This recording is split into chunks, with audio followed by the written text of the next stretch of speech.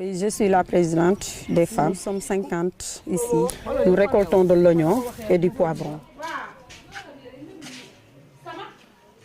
À quelques kilomètres de Thiès, dans le village de Koulouk, les femmes récoltent les oignons, la dernière plantation à sortir de terre à la fin de la saison sèche. Oui, nous cultivons pendant la saison des pluies et pendant la saison sèche. Mais avant, on part en ville, laisser notre famille ici, sans aucune occupation, pour chercher du travail là-bas. C'est ça le problème. C'était impossible de cultiver durant la saison sèche 9 mois par an. Mais désormais, la production s'étale sur toute l'année, depuis que les femmes se sont lancées dans l'agriculture écologique. C'est l'oignon, la variété violet de Galmi. C'est une variété très productive et résistante quand même par rapport à certaines maladies. C'est ce qui nous a été très adapté aussi par rapport à la zone. Moussa Diop travaille pour l'ONG Agricole Afrique. Il donne des conseils techniques aux femmes pour gérer leurs parcelles. Chacune a 200 mètres carrés. Maintenant, pour pouvoir gérer ça de manière rationnelle, donc on procède par ces techniques-là.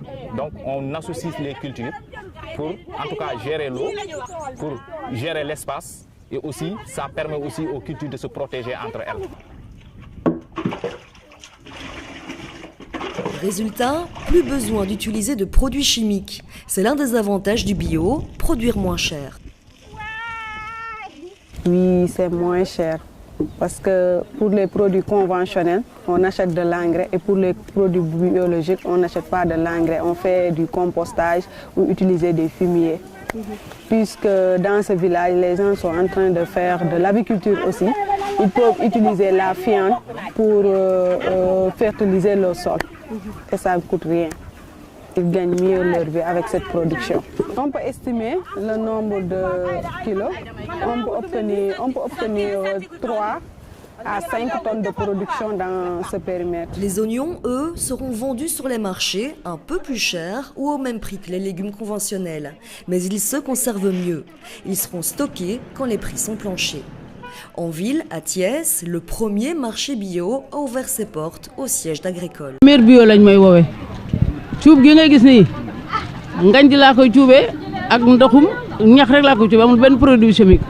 ah lii ma timit tubaarkalla maa ngi sant yàlla maa ko liggéey yëpp. ñun Agricole la ñuy tiitaroo Agricole moom la ñuy bégee saa su ne moo ñu fekk ci lëndëm yóbbu ñu ci leer. gis naa ñi nga xamante ne exposé nañu ay fruits bio gis naa ñoo xamante ne exposé nañu ay légumes bio te légumes bio gëm nañ ne boo ko jëndee fii ba 15 jours maintien bi daf fay des dara du ci changé malgré nag nit ñi ñoo ngi commentaire le prix bi mais xooluñu qualité bi. qualité bi moo ci am solo di nga ko utiliser sans crainte d'être malade. produit bio damay bëgg a ñaax sama askan bi bu ñu xool prix élevé bi nañu xal jeexintal bi nga xamante ne moom lay def ci askan bi par rapport na yeneen produits yi nga xamante ne dañ koy accélérer ak ay produits chimiques dina gaaw mais bul xool lu muy def ci sa santé. ñun bi ñu commencé Agricole ba tey di liggéey ak moom mu doon ci projet boo xamante ne indi na ko fi maanaam foire bi nga xamante ne weekend bio la bii mooy suñu 3e participation ci weekend bio bi. déjà am naa fi connaissance gis naa nit ñi femme de développement gis naa ay femmes transformatrices yoo xamante ne macha allah ñoo ngi liggéey ay liggéey yu mucc ayib ay liggéey yu rafet ndax tey dafa mel ni femme transformatrices yooyu dañoo wàcc ñi coono bi nga xamante ne jigéen ñi moom lañ doon am.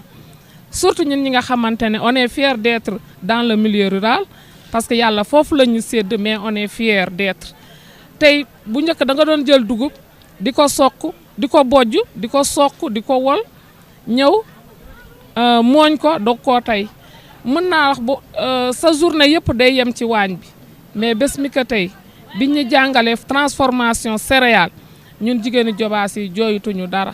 produit yu mel ni ci foire bi indi naa poudre buy.